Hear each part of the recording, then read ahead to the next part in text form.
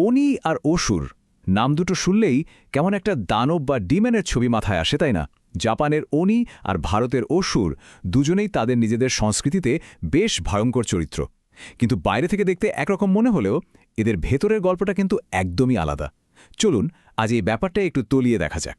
কিন্তু প্রশ্নটা হলো, দুজনেই যদি অশুভ শক্তির প্রতীক হয়, তাহলে তাদের মধ্যে এত এত ফারাক কেন? মানে তাদের গল্প, তাদের উৎস, এমনকি তাদের শেষ পরিণতি পর্যন্ত সবকিছুতেই আকাশ-পাতাল তফাত। আর এই পার্থক্যের মধ্যেই কিন্তু লুকিয়ে আছে দুটো অসাধারণ সংস্কৃতির একেবারে ভেতরের কথা। পার্থক্যটা দেখুন, একেবারে চোখে পড়ার মতো। একদিকে অনি, যাকে বলা হচ্ছে পাপী আত্মা, মানে যে তার পাপের শাস্তি পাচ্ছে, আর অন্যদিকে অসুর। তারা কিন্তু দেবতাদেরই সৎভাই, ভাবা যায়। একই ফ্যামিলির, অথচ জন্মান্তরের শত্রু। তো চলুন প্রথমে তাদের চেহারা আর জন্ম পরিচয়টা একটু ঘেঁটে দেখি। কারণ যে কোনো ক্যারেক্টারকে বুঝতে গেলে তো আগে জানতে হবে সে দেখতে কেমন, আর সে এলো কোথা থেকে, তাই না? উনিদের কথা ভাবলেই আমাদের চোখের সামনে যে ছবিটা ভাসে সেটা বেশ ক্লিয়ার, তাই না? বিশাল বপু, পেশিবহুল একটা শরীর, মাথায় ধারালো শিং, কোমরে বাঘের ছাল, আর হাতে হাতে সেই মারাত্মক লোহার গদা, কানাবো, মানে একদম পাশবিক শক্তির একটা জলজন্ত ছবি। কিন্তু অসুরদের বেলায় গল্পটা পুরো উল্টো। তাদের কিন্তু কোনো ফিক্সড চেহারা নেই।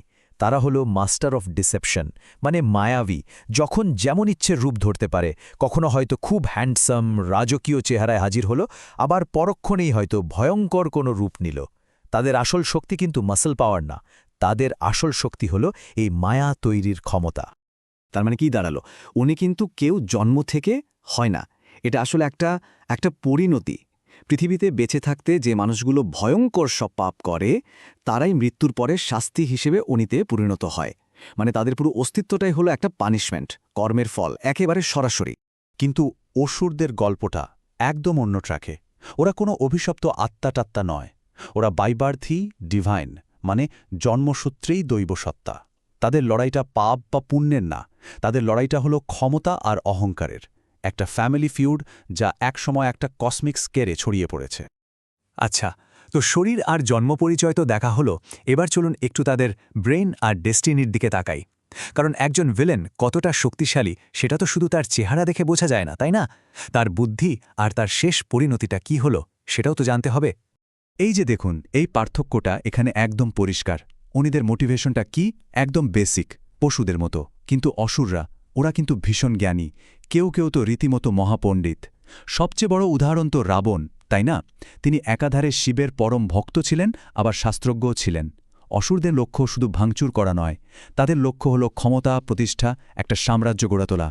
তবে মজার ব্যাপার হলো, অনিদের জন্য কিন্তু একটা রিডেম্পশনের সুযোগ আছে। জাপানি সংস্কৃতিতে, বিশেষ করে বৌদ্ধ ধর্মের প্রভাবে, কিছু অনি তাদের এই পাশবিক সত্তা থেকে বেরিয়ে এসে মন্দিরের রক্ষক বা ধর্মপালে পরিণত হতে পারে। মানে তাদের জন্যও একটা সেকেন্ড চান্স আছে। অসুরদের গল্পটা কিন্তু আরও জটিল, আরও নিউয়ান্সড। হ্যাঁ, ধর্ম প্রতিষ্ঠার জন্য তাদের হারানো হয়, এটা ঠিক। কিন্তু প্রহ্লাদ বা বলিরাজার মতো অসুরদের কথা ভাবুন। তারা তাদের ভক্তির জোরে দেবতাদের কাছেও সম্মান পেয়েছে। এখানে কিন্তু ভালো মন্দের বিভাজনটা আর অতটা সাদা কালো থাকে না। হেরে গিয়েও সম্মান আদায় করে নেওয়ার এমন উদাহরণ কিন্তু খুব কমই দেখা যায়। তো আমরা এতক্ষণ ধরে অনেকগুলো পার্থক্য দেখলাম, কিন্তু সেই আসল প্রশ্নটা এখনও বাকি। এই যে এত অমিল, এর পেছনের আসল কারণটা কি? চলুন এবার সেই ফিলোসফিতে ঢোকা যাক, যা এই দুটো চরিত্রকে দুই রকমভাবে গড়ে তুলেছে। তো আমরা আবার সেই গোড়ার প্রশ্নে ফিরে এলাম। কেন একটা কালচার এমন একটা পাশবিক দানব তৈরি করছে, আর অন্য আরেকটা কালচার তৈরি করছে এমন একজন ইন্টেলেকচুয়াল কিন্তু অহংকারী প্রতিপক্ষকে? উত্তরটা কিন্তু লুকিয়ে আছে তাদের ওয়ার্ল্ডভিউ বা বিশ্বদর্শনের মধ্যে। জাপানি কালচারের মূলে রয়েছে শুদ্ধতা আর ভারসাম্যের ধারণা। তাদের কাছে ইভিল বা অশুভ মানে হল ইম্পিউরিটি, অশুদ্ধি, মানে প্রকৃতির ব্যালেন্স নষ্ট হয়ে যাওয়া। আর অনি হল ঠিক সেই অশুদ্ধি বা ইনব্যালেন্সের একটা ফিজিক্যাল ফর্ম। তাকে তাড়িয়ে দিতে পারলেই আবার সব কিছু ঠিকঠাক ব্যালেন্স ফিরে আসে। আর অন্যদিকে ভারতীয় দর্শন এটা দাঁড়িয়ে আছে ডুয়ালিটি বা দ্বৈতবাদের ওপর। এখানে ভালো মন্দের লড়াইটা কোনো ছোটোখাটো ব্যাপার না, এটা হলো ধর্ম আর অধর্মের একটা কসমিক স্ট্রাগল। মানে মহাবিশ্বের অর্ডার আর কেওসের মধ্যে যে চিরন্তন লড়াইটা চলছে সেটাই। আর অসুররা হলো এই বিশাল নাটকের অত্যন্ত বুদ্ধিমান আর অপরিহার্য এক চরিত্র। তাদের ছাড়া এই মহানাট্যটাই যে জমে না। তার মানে শেষ পর্যন্ত কি দাঁড়ালো? ব্যাপারটা খুব ইন্টারেস্টিং।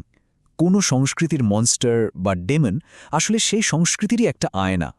ওই আয়নাটা দেখিয়ে দেয় যে সেই সমাজটা কোন মূল্যবোধকে বড় করে দেখে আর কোন জিনিসটাকে সবচেয়ে বেশি ভয় পায়। অনি আর অসুর দুজনেই ঠিক সেই আয়নার কাজটা করছে। এক কথায় বলতে গেলে অনি হল পিওরিটি আর ব্যালেন্সের শত্রু, যাকে শোধনের মাধ্যমে সরাতে হয়, আর অসুর হল কসমিক ডুয়ালিটির প্রতিপক্ষ, যাকে হারিয়ে ধর্ম প্রতিষ্ঠা করতে হয়। এই দুটো পার্থক্যই কিন্তু তাদের কালচারের মূল দর্শনটাকে চোখে আঙুল দিয়ে দেখিয়ে দেয়, ব্যালেন্স বনাম ডুয়ালিটি। যাওয়ার আগে একটা প্রশ্ন রেখে যাই। আচ্ছা, একটা সভ্যতা তার ডেমন বা দানবদের যেভাবে তৈরি করে, সেটা কি শুধু তাদের ভয়গুলোকে দেখায়, নাকি এর মধ্যে তাদের সর্বোচ্চ আদর্শ কি হওয়া উচিত সেটারও কোনো ইঙ্গিত লুকিয়ে থাকে? উত্তরটা কিন্তু ভাবনার, হয়তো এই দুটোর থেকেও অনেক বেশি কিছু।